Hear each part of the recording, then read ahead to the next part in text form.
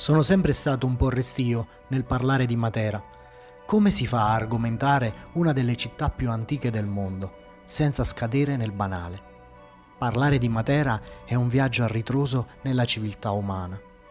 Una storia di vergogna, ma soprattutto una storia di riscatto.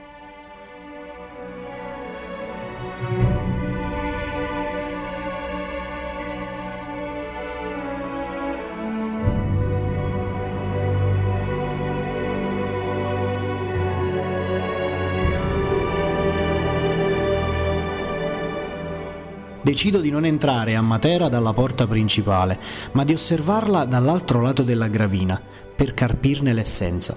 Da quest'altro lato del canyon posso osservarla nella sua interezza, dal sasso caveoso al sasso barisano, alla cittadella fortificata.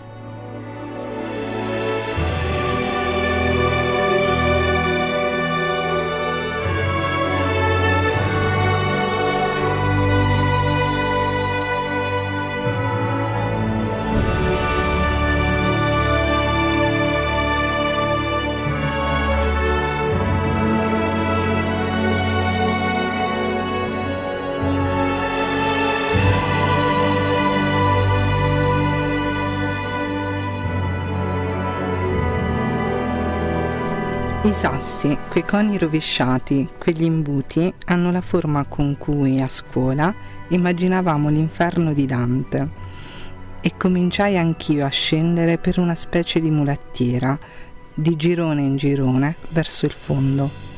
Quello ascoltato è un estratto della lettera di Luisa, sorella di Carlo Levi, nella discesa verso i sassi di Matera. Essa trova abitazioni fatte di grotte maleodoranti, umide, vissute da uomini e animali assieme. Il libro generò stupore e mise l'accento sulla questione Matera. Così nel luglio del 1950 l'allora presidente del Consiglio, Alcide De Gasperi, in visita alla città, ne decretò lo sgombero. Anche Togliatti, in visita alla stessa, la dichiarò vergogna d'Italia. Ma da quello sgombero i sassi cominciarono una nuova esistenza, fino al 1993, quando furono dichiarati patrimonio dell'UNESCO.